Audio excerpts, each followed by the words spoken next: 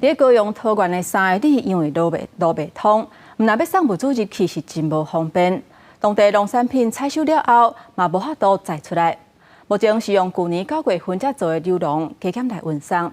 也若伫个家己民强，因为连续来2个风台，果子压好了后，随搁曝日，这个农产品的损失恐惊是袂少。 去年9月完工的流笼，翻过玉水溪永载一栋，拜日早起完工了后，第一摆启动，将桃园区受困3里的农产品运落山。这摆运出去的是牛耳树，将近有2、3天的农民的那个菜啊，或是金黄芒果啦，就是在采收的这个农作物的时间没有办法及时送出去。我没有损失，它是农民损失比较多。 我们没有货，没有不卖没关系，但是农民损失比较大。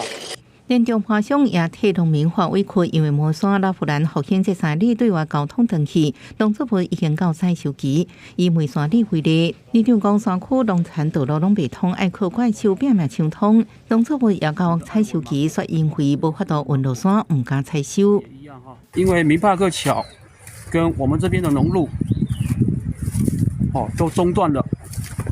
所以农民无法采收。虽然不是说可以把全部的运出去，可是至少还有一部分的可以抢通进去啊。桃园区公所表示，农产品为明白客路桥从海到即马无法度运出去，今年透过流笼应急，天灾带来伤害，也互家己民雄农民真困扰。四月往来，前后拄着杜苏芮甲卡努2个风台，搁拄着大日头，互果子水上发光换去。成熟的时候。